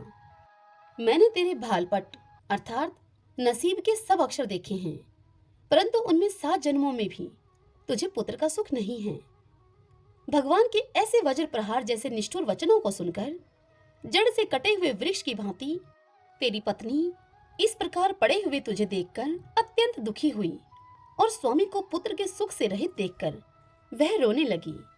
फिर वह स्त्री धैर्य धारण करके अपने पड़े हुए पति से इस प्रकार बोली, हे नाथ, धीरज धारण कीजिए। उठो, जो विधाता ने ललाट में लिख दिया है वह सुख अथवा दुख अवश्य ही भोगना पड़ेगा। इस प्रकार उसी स्त्री के तीव्र शोक से युक्त वचन सुनकर उत्पन्न दुख से कांपता हुआ गरुड़ विष्णु से कहने लगा, हे हरे, आप इस शोक सागर में डूबी हुई ब्राह्मणी को तो देखिए और गिरते हुए आंसुओं से व्याकुल ब्राह्मण को देखिए। हे दीनबंधो, आपकी दुखों को न सहने वाली दया कहाँ गई अब? श्री नारायण नारद जी से बोले, इस प्रकार गरुड़ के वचन सुनकर श्री विष्णु भगवान गरुड़ से अमृत समान वचन बोले, हे खगवर, इस ब्राह्मण को एक एक मनोगत पुत्र शीघ्र दें। इस प्रकार हरि के अनुकूल वचन सुनकर गरुड़ ने अति प्रसन्न होकर उस ब्राह्मण को एक अति सुंदर पुत्र दिया। वाल्मीकि जी कहने लगे कि इस प्रकार अनुपम वर देकर दोनों स्त्री पुरुषों को देखते ही देखते हरि भगवान गरुड़ पर चढ़कर अपने स्थान को चले गए। कुछ काल व्यतीत होने पर गौतमी के पुत्र उत्पन्न हुआ और सुदेव ने पुत्र के उत्पन्न होने पर अति प्रसन्नता के साथ श्रेष्ठ ब्राह्मणों को बुलाकर जात कर्म किया और स्नान करके ब्राह्मणों को बहुत सा दान दिया। पिता के मनोरथ के साथ माता के मन को आनंद देने वाला वह पुत्र शुक्ल पक्ष के चंद्रमा के समान बढ़ने लगा। तब पिता ने पुत्र को यज्ञोपवीत संस्कार कराकर गायत्री मंत्र का आदेश दिया और वह पुत्र तब ब्रह्मचार्य व्रत का पालन करने लगा। वाल्मीकि ऋषि कहने लगे कि करोड़ों सूर्यों के समान कांति वाले देवल ऋषि वहां पर आए। उनको देखकर सुदेव ने उनके लिए आसन बिछाया। उस आसन पर देवल मुनि बैठकर उनसे बोले, हे सुदेव, सब लक्षणों से युक्त यह तुम्हारा पुत्र महाभाग्य का समुद्र है, परंतु इसमें एक ही महादोष है जिससे इसके सब गुण वृथा हो जाते हैं। हे सुदेव, तेरा यह पुत्र 12वें वर्ष में जल में डूबकर मर जाएगा, जिससे तू मन में सोच नहीं करना। होने वाला तो अवश्य होगा ही, इसमें कोई संशय नहीं है, इसका कोई उपाय भी नहीं है। वाल्मीकि जी कहने लगे कि देवल ऋषि के ऐसे वचनों को सुनकर सुदेव शर्मा पृथ्वी पर गिर पड़े और देवल मुनि इतना कहकर ब्रह्मालोक को चले गए। और सुदेव देवल मुनि के ऐसे वचनों को स्मरण करके बहुत काल तक विलाप करते रहे। फिर गौतमी पुत्र को गोद में लेकर प्रेम से मुख चूमकर अपने पति से इस प्रकार बोली। गौतमी बोली, हे द्विजराज, होने वाले वस्तु से भय नहीं करना चाहिए। जो होने वाला है सो तो होगा ही, और जो नहीं होने वाला है वह कभी नहीं होगा। इसलिए हे नाथ, उठिए और सब शरणागत जीवों के रक्षक निर्वाण पद को देने वाले सनातन हरि को भजिए। वाल्मीकि ऋषि कहने लगे कि इस प्रकार सुदेव ब्राह्मण अपने स्त्री के वचन सुनकर सतोगुण को प्राप्त हुआ और हृदय में हरि के चरण कमलों को धारण करके अपने पुत्र से उत्पन्न दुख को तत्काल उसने त्याग दिया। एक दिन उनका पुत्र शुकदेव अपने मित्रों के सहित बावड़ी में स्नान करने के लिए गया और अपने मित्रों के सहित जल में प्रवेश करके वह नहाने लगा और जल में डूबकर वह मर गया। तब उसको जल से बाहर न आते देखकर उसके साथी हाहाकार करते हुए वहां से भागे और उन बालकों ने गौतमी को जाकर सारा वृतांत सुनाया। तब उन बालकों की यह अप्रिय वाणी को सुनकर गौतमी पृथ्वी पर गिर पड़ी। इतने में सुदेव भी वन से आ गए और अपने पुत्र का मरण सुनकर कटे हुए वृक्ष की भांति वह पृथ्वी पर गिर पड़े।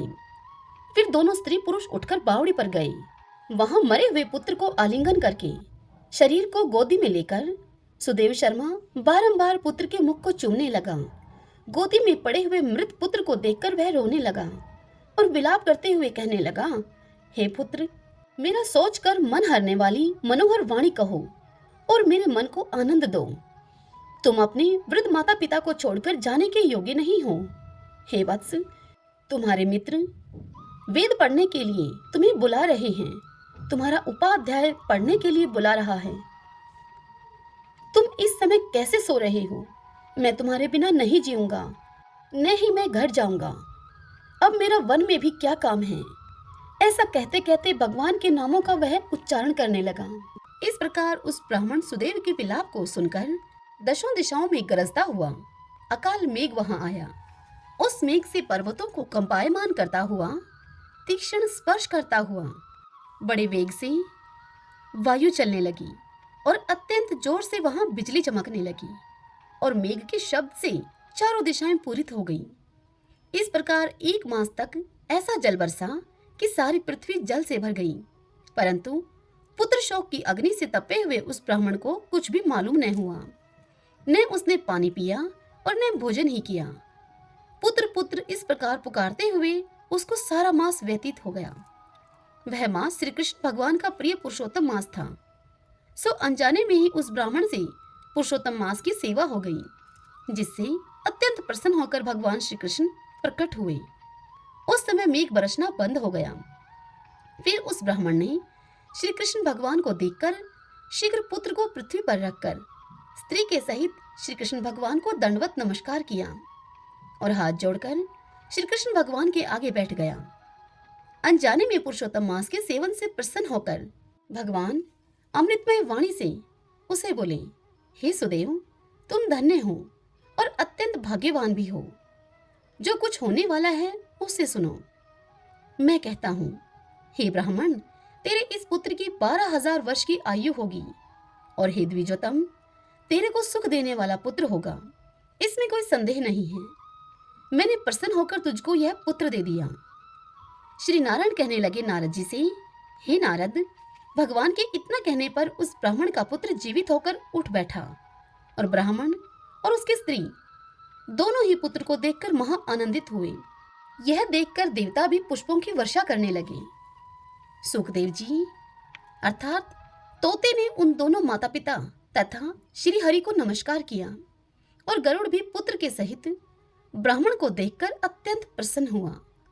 तब ब्राह्मण आश्चर्ययुक्त होकर श्री हरि को नमस्कार करके हाथ जोड़कर गदगद वाणी से संशय काटने वाले आनंद सहित भगवान से यह पूछने लगा कि हे भगवान, मेरे 4000 वर्ष तक निरंतर महाकठिन तप करने पर भी आपने जो कठोर वचन मुझसे कहे थे कि मेरे 7 जन्मों में भी पुत्र का सुख नहीं है, उस वाक्य के उल्लंघन का हेतु और मरे हुए पुत्र को जीवित करने का क्या कारण है? भगवान नारायण नारद जी से कहने लगे, हे नारद, भक्तवत्सल भगवान अपनी वाणी से सुदेव ब्राह्मण को प्रसन्न करते हुए इस प्रकार बोले। भगवान बोले, हे द्विजराज, जिससे मैं प्रसन्न हुआ, क्या तुम यह नहीं जानते, मेरा प्रिय पुरुषोत्तम मास आने पर तुम दोनों स्त्री पुरुषों के उपवास करने से, यहाँ पर बैठे रहने से पुरुषोत्तम मास की सेवा हुई है। हे द्विजवर, एक बार वेद में कहे गए साधनों को और दूसरी ओर पुरुषोत्तम मास के सेवन को जब ब्रह्मा जी तोलने लगे तो वेदोक्त साधन बहुत हल्के निकले और पुरुषोत्तम मास का सेवन भारी हुआ। इसलिए संसार में पुरुषोत्तम मास अधिक पूज्य और मान्य है। जो मनुष्य जन्म लेकर भी पुरुषोत्तम मास में जप तप स्नान दान आदि नहीं करते हैं, वे जन्म जन्मांतर में दरिद्री होते हैं। अतः सब प्रकार से यत्न करके मेरे प्रिय पुरुषोत्तम मास का सेवन करना चाहिए। जो पुरुषोत्तम की सेवा करेगा वह भाग्यवान धन्य होकर मुझको प्राप्त करेगा। श्री नारायण बोले, हे नारद, हे मुने, इस प्रकार जगदीश्वर श्री हरि भगवान यह कहकर गरुड़ पर सवार होकर अत्यंत पवित्र बैकुंठ लोक को चले गए। स्त्री के सहित सुदेव ब्राह्मण मृत प्राय होकर फिर जीवित हो गए और अपने पुत्र शुकदेव को देखकर रात दिन अत्यंत हर्षित होते रहे और कहने लगे कि यह अत्यंत आश्चर्य की बात है कि ऐसा मास कभी न देखा गया न सुना गया कहीं। इस प्रकार आश्चर्ययुक्त होकर वह सुदेव ब्राह्मण अत्यंत श्रद्धा युक्त होकर पुरुषोत्तम मास का सेवन करने लगा। ऋषि वाल्मीकि कहते हैं कि वही तुम राजा दृढ़धनुआ विख्यात हुए। हे राजन, पुरुषोत्तम मास के सेवन से तुम संपूर्ण सिद्धियों के भोगने वाले हुए।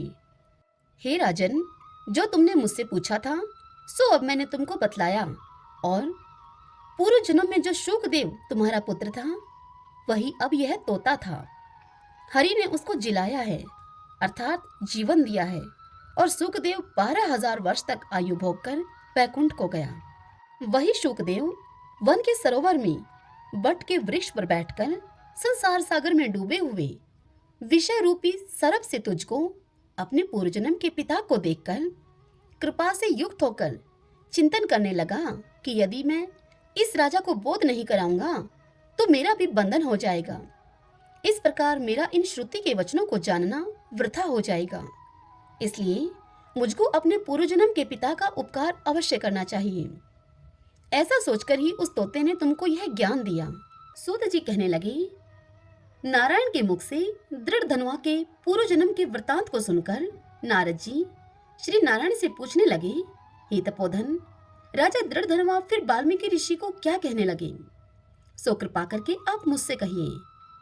श्री नारायण बोले, हे नारद, राजा दृढ़ धनुआ वाल्मीकि ऋषि से कहने लगे, हे मुने, यह मोक्ष देने वाला पुरुषोत्तम मास व्रत कैसे करना चाहिए, इस मास में कैसी और किसकी पूजा करनी चाहिए, इसकी विधि क्या है, सो आप कृपा करके सब लोगों के हित के लिए मुझसे कहिए।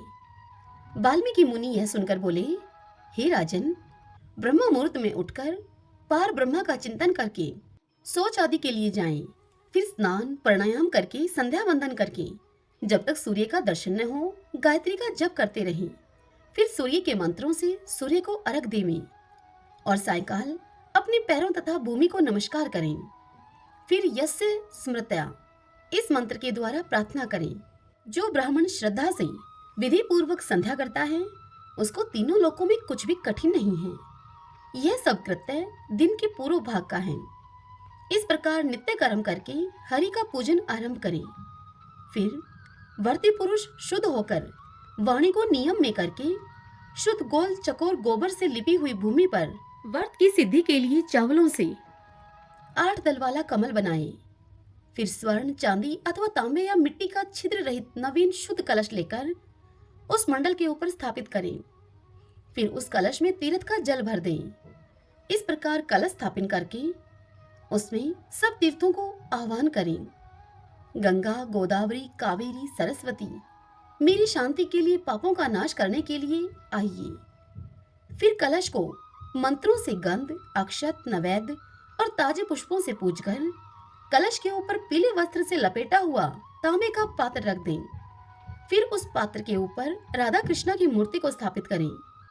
फिर भक्ति युक्त होकर विधि से पूजन करें। वाल्मीकि ऋषि कहने लगे कि फिर प्रतिमा को अग्नि के द्वारा शुद्ध करके प्राण प्रतिष्ठा करें, अन्यथा मूर्ति धातु ही रहती है। तद विष्णु, ऐसे ही पुरुषोत्तम के बीच जैसे वेदों के मंत्र को जानने वाला ब्राह्मण निरंतर हृदय पर अंगूठा रखकर इन मंत्रों से हृदय में प्राण प्रतिष्ठा करे कि इस मूर्ति के लिए प्राण रहें या इस मूर्ति के लिए प्राण जाएं। इस प्रकार प्रतिमा में देवत्व आने के लिए स्वाहा, इस प्रकार यजुर्वेद मंत्र को पढ़ें। इस प्रकार प्राणों को प्रतिमा में रखकर श्री पुरुषोत्तम भगवान का ध्यान करें और इस प्रकार कहें कि हे देवेश, हे देव देवेश, हे पुरुषोत्तम, मैं यह आसन श्री राधा कृष्ण के लिए अर्पण करता हूँ। गंगा आदि सब तीर्थों से प्रार्थना करके मेरे द्वारा लाया हुआ यह जल सुख से स्पर्श करने योग्य है। हे भगवान, पाद के लिए आप ग्रहण करो। ऐसा कहकर पाद देवी, ऐसा कहकर श्री गंगा जी से जल लाकर सुंदर कलश में रखे हुए इस गंगा जल का आचमन करिए आप। इस प्रकार कहकर आचमन अर्पण करें। फिर पंचामृत से स्नान कराएं। फिर आचमन दें। सब कामनाओं की सिद्धि के लिए मैं यह 2 पीतांबर भेंट कर रहा हूँ। इस प्रकार वस्त्र देकर आचमन कराएं। हे पुरुषोत्तम, इस संसार सागर में आप मेरी रक्षा करें। अंगोछे के सहित यह यज्ञोपवीत आप ग्रहण करें। ऐसा करके यज्ञोपवीत अर्पण कर दें भगवान को। हे श्रेष्ठ, सुगंधि युक्त मनोहर दिव्य श्रीखंड चंदन के विलेपन को प्रीति के लिए आप ग्रहण करें। ऐसा कहकर भगवान को चंदन लगाएं। हे पुरुषोत्तम, शोभायमान अक्षतों को आप ग्रहण करिए। इस प्रकार कहकर भगवान को अक्षत चढ़ाएं। इस प्रकार केशव आदि 24 मंत्रों से नाम के अंत में चतुर्थी विभक्ति लगाकर प्रत्येक अंग की पूजा करें। फिर पुष्प आदि लेकर एक एक वस्तु से श्री पुरुषोत्तम का पूजन करें। राजा कहने लगे कि हे तपोधन, पुरुषोत्तम के व्रत करने वाले को क्या भोजन करना चाहिए? इस व्रत को धारण करने वाले मनुष्य को क्या करना चाहिए और क्या नहीं करना चाहिए? सब नियम विस्तार पूर्वक आप कहिए। तब वाल्मीकि ऋषि कहने लगे कि हे राजन, पुरुषोत्तम के जो नियम कहे गए हैं वह सब नियम मैं तुमसे संक्षेप में कहता हूँ। सुनिए। पवित्र होकर पुरुषोत्तम मास में गेहूं, चावल, मिश्री, मूंग, जौ, तिल, मटर, अदरक, शाक, ककड़ी, केला, सेंधा नमक, दही, घी, मक्खन, आम, हरड़, पीपल, जीरा, सौंठ, इमली, सुपारी, इलायची, आंवला, यह सब लेना चाहिए। और बिना तेल के पकाए हुए यह सब भोजन कहे गए हैं। सब प्रकार के आमिष और मांस आदि तथा बेर, राई, नशे वाले पदार्थ, दाल, तिलों का तेल, लाहे से दूषित, भाव से दूषित, क्रिया से दूषित, शब्द से दूषित ऐसे अन्नों का त्याग कर दें। पुरुषोत्तम मास में देव, वेद, ब्राह्मण, गुरु, गौ, व्रत करने वाले, स्त्री, राजा और महात्माओं की निंदा न करें। अपनी शक्ति के अनुसार भगवान विष्णु की प्रसन्नता के लिए व्रत भी करें। वाल्मीकि ऋषि कहते हैं कि हे राजन, व्रत करने वाला कार्तिक अथवा माघ मास में भी इन नियमों का पालन करें, अन्यथा नियम के बिना व्रती मनुष्य व्रत के फल को प्राप्त नहीं होता। यदि शक्ति हो तो भी न खाकर पुरुषोत्तम मास का व्रत करें। यदि निराहार न रहा जाए तो घी पी लें या फिर मांगा हुआ दूध पी लें या व्रत करने वाला शक्ति के अनुसार फलाहार ही कर ले। बुद्धिमान पुरुष जैसे व्रत में भंग नहीं हो वैसे ही व्रत कर लेवे।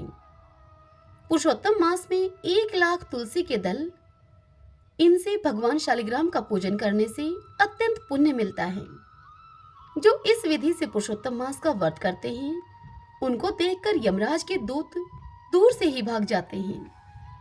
हे राजन, इस मास का व्रत 100 यज्ञों से भी श्रेष्ठ है। 100 यज्ञों के करने से स्वर्ग को प्राप्त होता है। पृथ्वी में जितने तीर्थ हैं और क्षेत्र हैं वे सब पुरुषोत्तम मास का व्रत करने वाले के शरीर में वास करते हैं। राजा ने कहा, हे मुनिश्रेष्ठ, पुरुषोत्तम मास में दीपदान का क्या फल है, सो आप कृपा करके मुझसे कहिए। वाल्मीकि ऋषि बड़े हर्ष से उनसे कहने लगे कि भाग्यनगर में चित्रबाहु नाम का एक राजा राज्य करता था। वह राजा सत्य प्रतिज्ञा वाला, बुद्धिमान, शूरवीर, क्षमाशील, सब धर्मों को जानने वाला, शील रूप, दया से युक्त, पूजनीय भगवान का भक्त था। एक दिन दूर से आए हुए अगस्त्य मुनि को देखकर दंडवत नमस्कार करके, विधि से उनका पूजन करके, भक्ति से आसन बिछाकर ऋषि के आगे बैठकर विनय से नम्रता के साथ उनसे इस प्रकार बोला कि आज मेरा जन्म सफल हुआ, जो श्री कृष्ण के सेवक मेरे घर आए हैं। फिर सिर झुकाकर राजा हाथ जोड़कर कहने लगा कि महाराज, मेरे यहाँ बहुत सी लक्ष्मी और एकंटक राज्य कैसे हुआ और यह पतिव्रता स्त्री मुझे कैसे प्राप्त हुई? मैंने ऐसा कौन सा अच्छा कार्य किया था? यह सब आप कृपा करके मुझसे कहिए। तब अगस्त्य ऋषि राजा से कहने लगे कि हे राजन, मैं तेरे पूर्व जन्म का चरित्र कहता हूँ। सुंदर चमत्कारपुरी में मणिग्रीव नाम से तू था।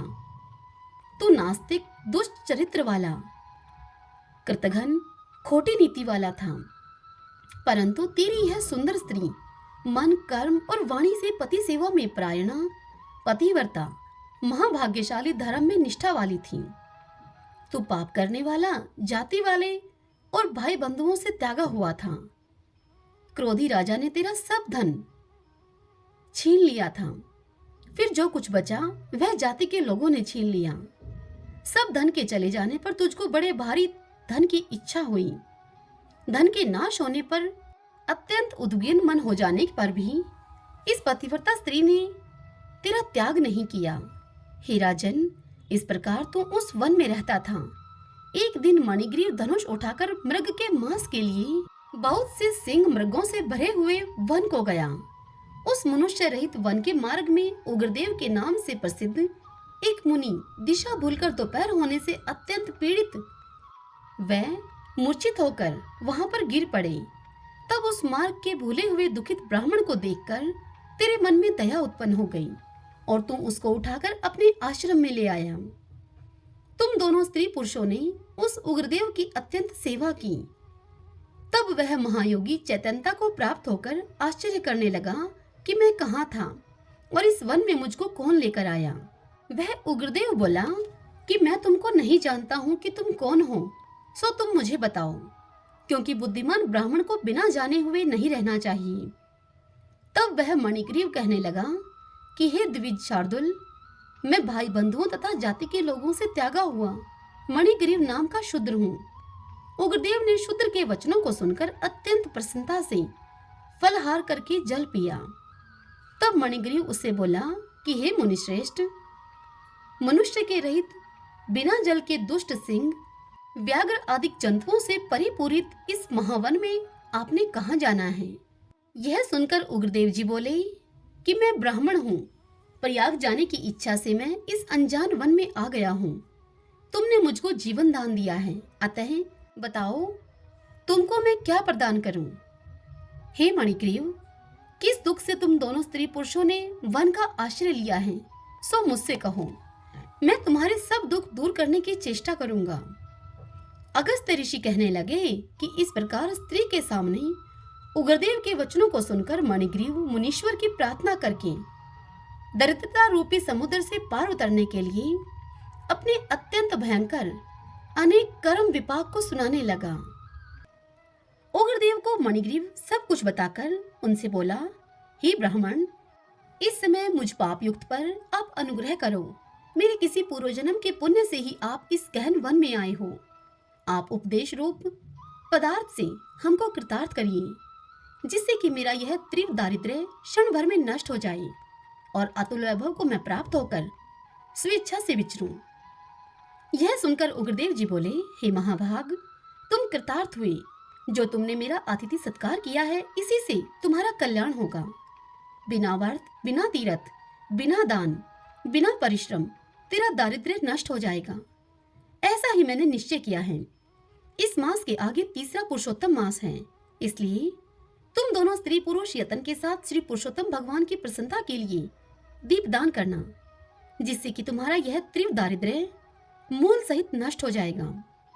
तिलों के तेल से दीपदान करना तथा ऐश्वर्य होने पर घी से करना। इस समय वन में बसते हुए तेरे लिए दूसरा कोई उपाय नहीं है। अगस्त्य जी बोले कि इस प्रकार कहकर श्रेष्ठ ब्राह्मण दोनों हाथों में मुरली लिए हुए श्री कृष्ण भगवान को स्मरण करता हुआ प्रयाग की तरफ चल दिया। 2 महीने व्यतीत होने पर जब श्री पुरुषोत्तम मास आया, तब गुरु भक्ति में तत्पर दोनों स्त्री पुरुष उस मार्ग में दीपक जलाने लगे। आलस्य के रहित वे दोनों ऐश्वर्य के लिए इंगुदी के तेल से दीपक जलाने लगे और इसी तरह सारा पुरुषोत्तम मास उन्होंने बिताया। उग्रदेव की कृपा से अंतःकरण को शुद्ध करके अंत में मरण को प्राप्त होकर वे स्वर्ग को गए और वहां जाकर वहां के सब भोगों को भोग करके उग्रदेव की कृपा से वे दोनों श्रेष्ठ जन्म को प्राप्त हुए। पूर्व जन्म में जो तुम मृग हिंसा में तत्पर थे, इस जन्म में वीरबाहु के पुत्र चित्रबाहु के नाम से विख्यात हुए। इस समय तेरे आधे अंग को हरने वाली तेरी जो स्त्री है, वह पति के पुण्य का आधा भाग लेती है। इंगुदी के तेल से श्री पुरुषोत्तम मास में दीपदान करने से तेरा अकंटक राज्य है। जो मनुष्य घी से अथवा तिलों के तेल से अखंड दीपक जलाया करे, तो फिर कहना ही क्या है। पुरुषोत्तम मास में दीपक का ऐसा ही फल है, इसमें संशय नहीं है। उपवास से पुरुषोत्तम मास का व्रत करे तो फिर कहना ही क्या है। वाल्मीकि जी बोले कि इस प्रकार अगस्त्य जी राजा चित्रबाहु के पूर्व जन्म की कथा कहकर सत्कार को प्राप्त होकर नाश रहित आशीर्वाद देकर वहां से चले गए। राजा दृढ़ धनवा कहने लगे कि हे ब्राह्मण, हे मुनि, अब कृपा करके पुरुषोत्तम के व्रत के उद्यापन की विधि कहिए।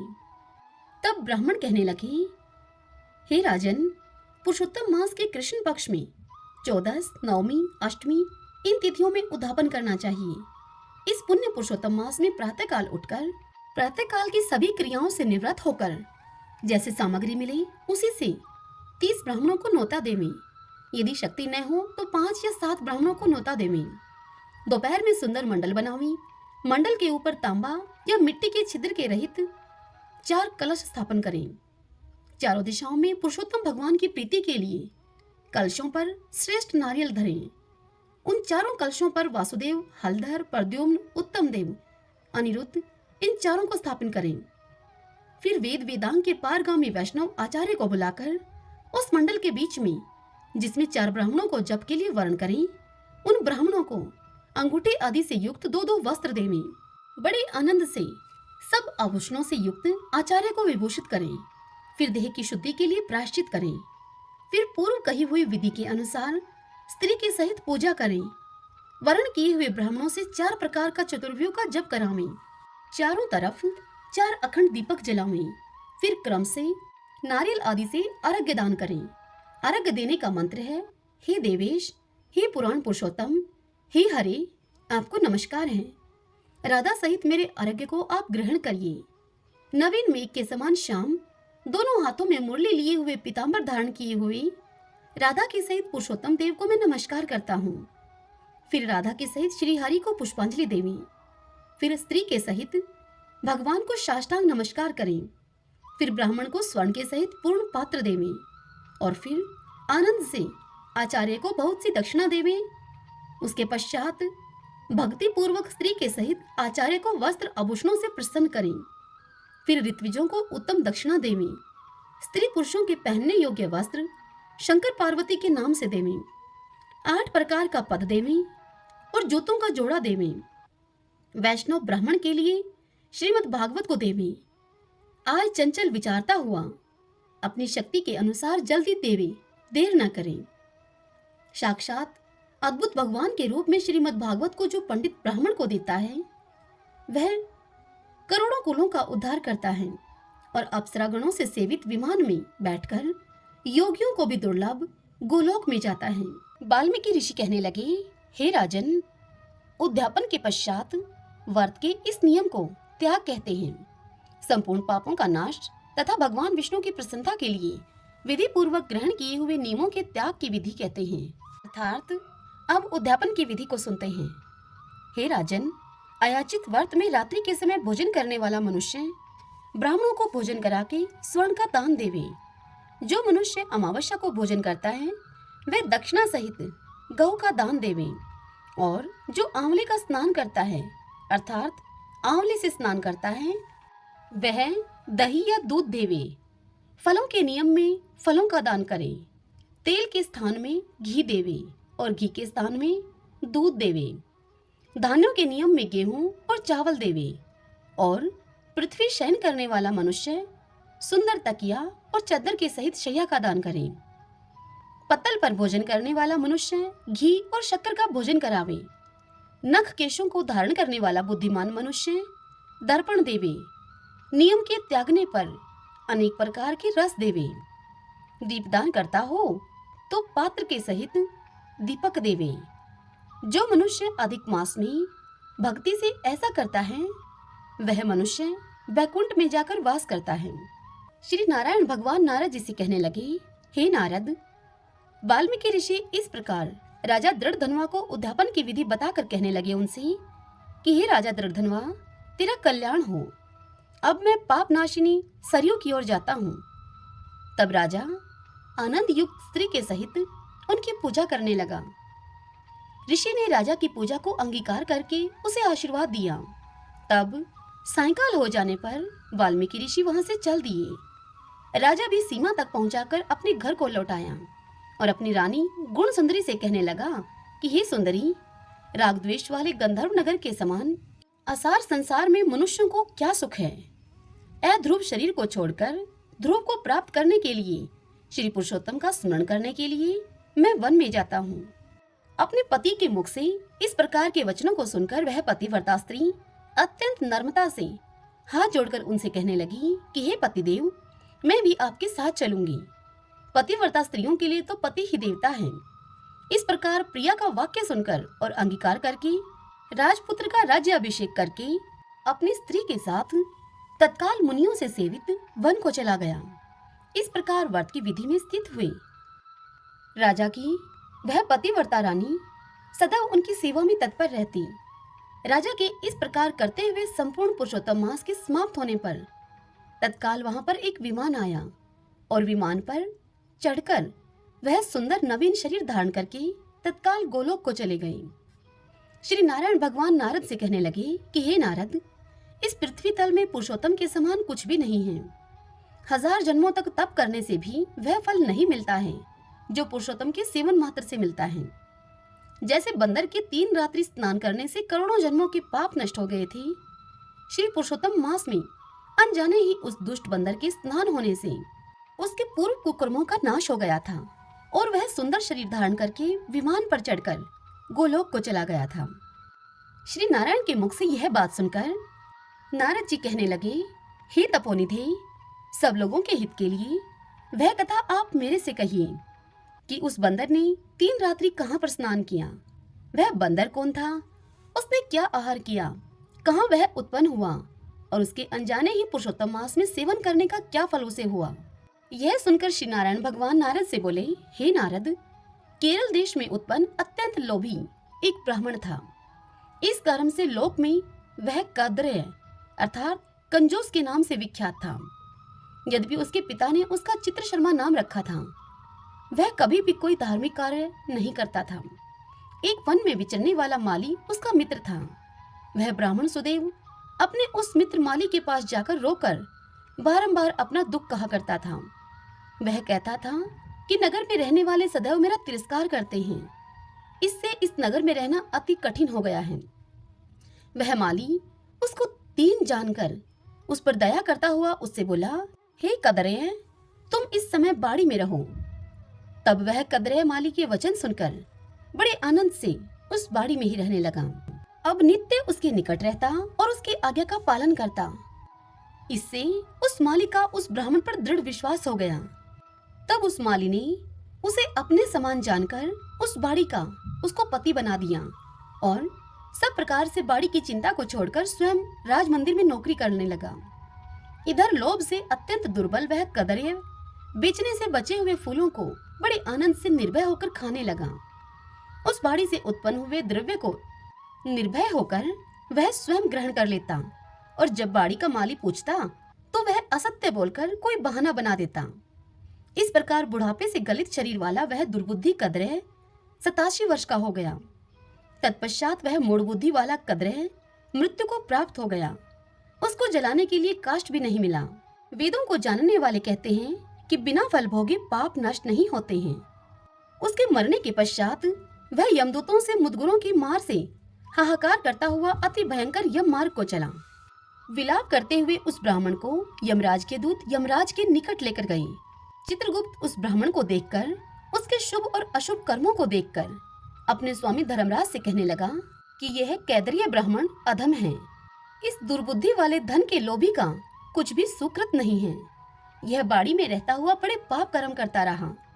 बाड़ी के पति अर्थात बाड़ी के माली से इसने विश्वासघात किया। श्री नारायण भगवान नारद से बोले कि हे नारद, इस प्रकार चित्रगुप्त के वाक्य को सुनकर धर्मराज अत्यंत क्रोध से भरे हुए इस प्रकार के वचन बोले। वह बोले, यह 1000 वर्ष तक बंदर की योनि में रहे और विश्वासघात का फल इसको बाद में मिलेगा। श्री नारायण भगवान नारद जी से कहने लगे, हे नारद, इसके पश्चात वह अत्यंत दुखों को भोगकर बंदर योनि को प्राप्त हुआ। पापों को नाश करने वाला एक सरोवर था जो देवताओं को भी दुर्लभ मृग तीर्थ नाम से विख्यात था। इसी तीर्थ में एक ब्राह्मण फलों की चोरी के पाप से बंदर की योनि को प्राप्त हुआ। यह सुनकर नारद जी कहने लगे, हे प्रभु, करोड़ों पापों से युक्त होकर वह बंदर उस तीर्थ में कैसे बसता रहा। तब श्री नारायण बोले, चित्रकुंडल नाम वाला कोई वैश्य था। उसकी स्त्री का नाम तारिका था। इन दोनों के पुरुषोत्तम मास करते हुए पुरुषोत्तम मास संपूर्ण चला गया। पिछला दिन आने पर स्त्री के सहित चित्रकुंडल ने अत्यंत प्रसन्नता के साथ उद्यापन किया और उद्यापन कराने के निमित्त स्त्री के सहित वेद वेदांगों को जानने वाले ब्राह्मणों को बुलाया। हे नारद, वहां धन के लोभ से कदरे ब्राह्मण भी पहुंच गया। जब उद्यापन विधि समाप्त हो गई तो चित्रकुंडल वैश्य ने उन स्त्री के सहित ब्राह्मणों को अत्यधिक धन देकर प्रसन्न किया।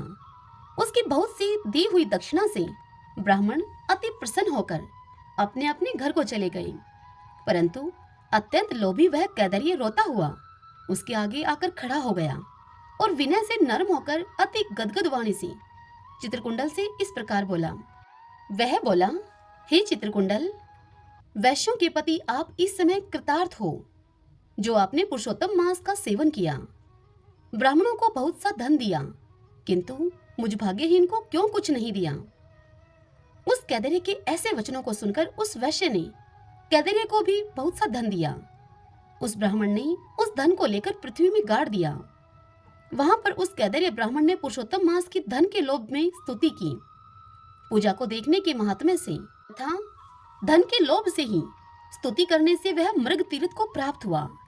इतनी कथा सुनकर नारद जी श्री नारायण से बोले, हे ब्राह्मण, शीत जल वाला, घनी छाया वाला, मनोहर वृक्षों से शोभित उस वन में उसे रहने का क्या कारण था, सो आप कहिए।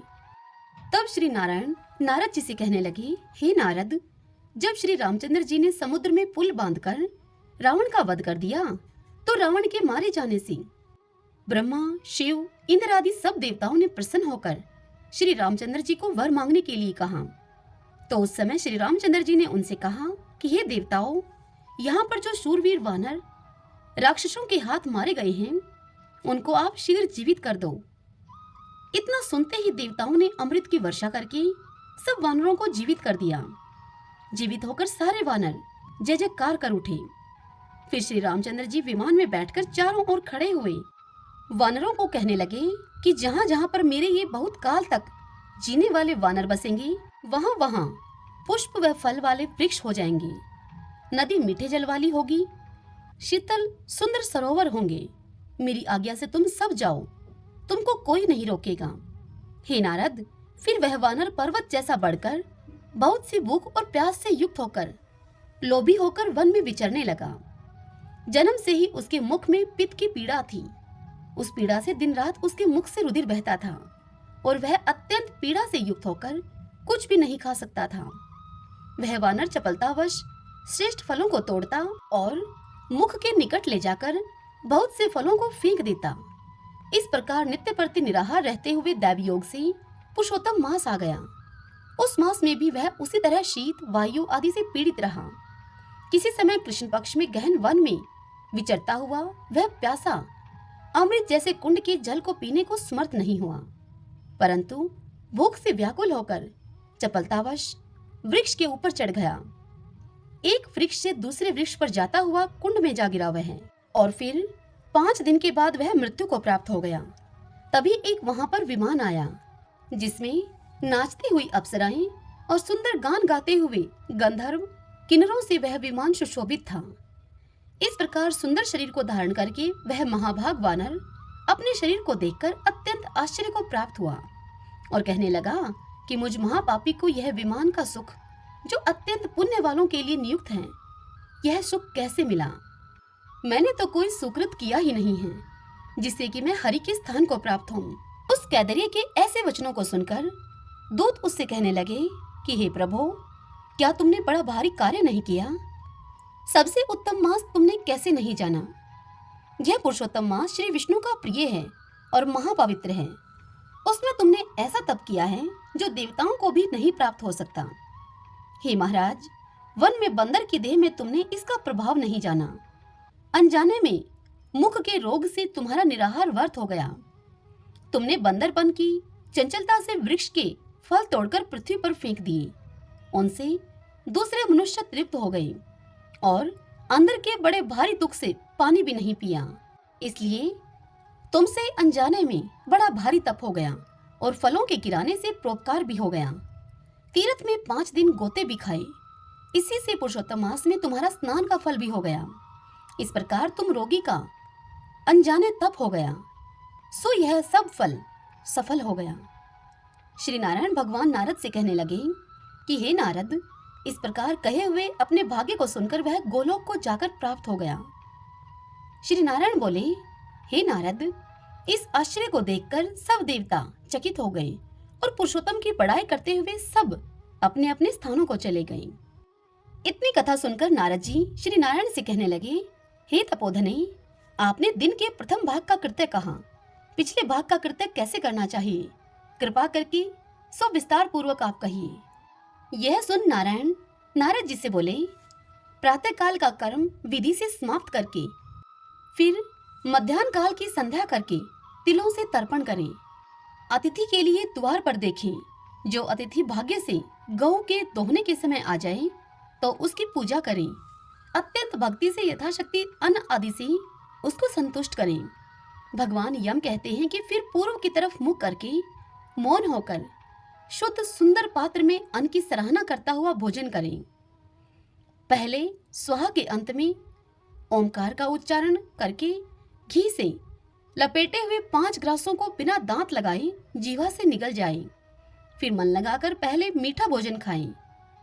ब्राह्मण शास्त्र विरुद्ध अभक्ष्य भोज्य आदि पदार्थों को न खाएं।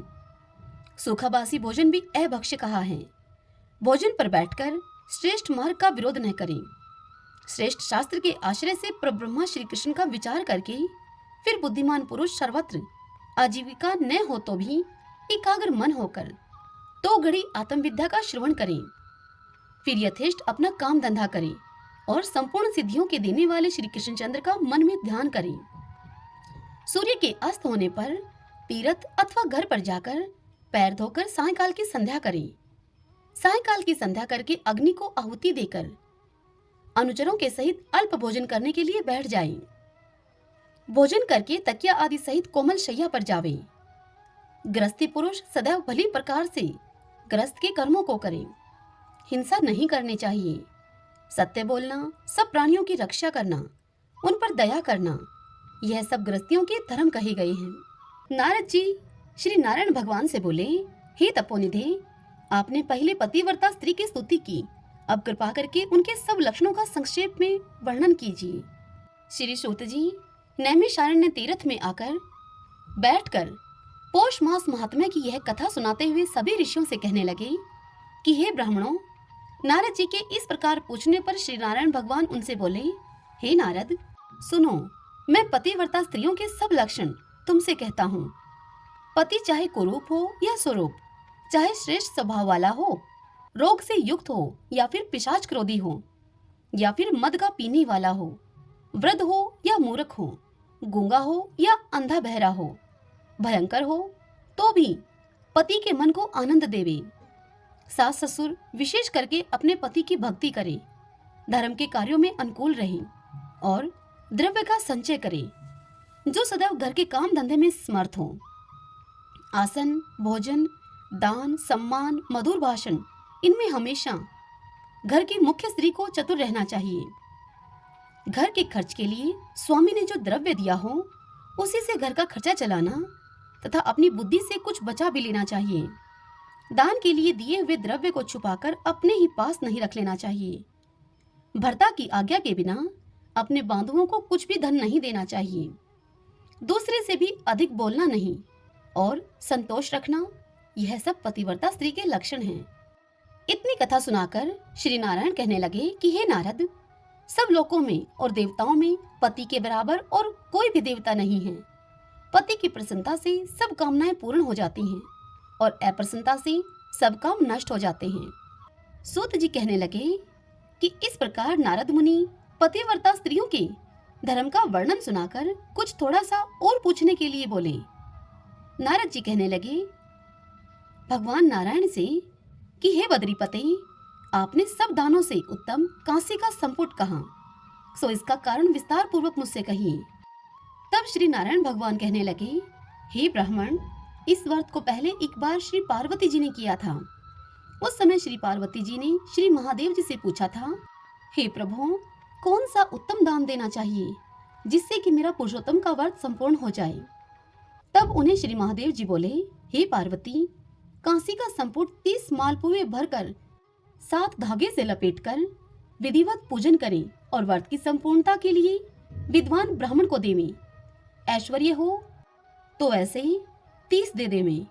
इस प्रकार श्री महादेव जी के उपकार करने वाले सुंदर वचन सुनकर सब लोगों को अहित चाहने वाली श्री पार्वती जी प्रसन्न होकर विद्वान ब्राह्मणों को 30 संपुट देकर अत्यंत आनंद को प्राप्त हुई।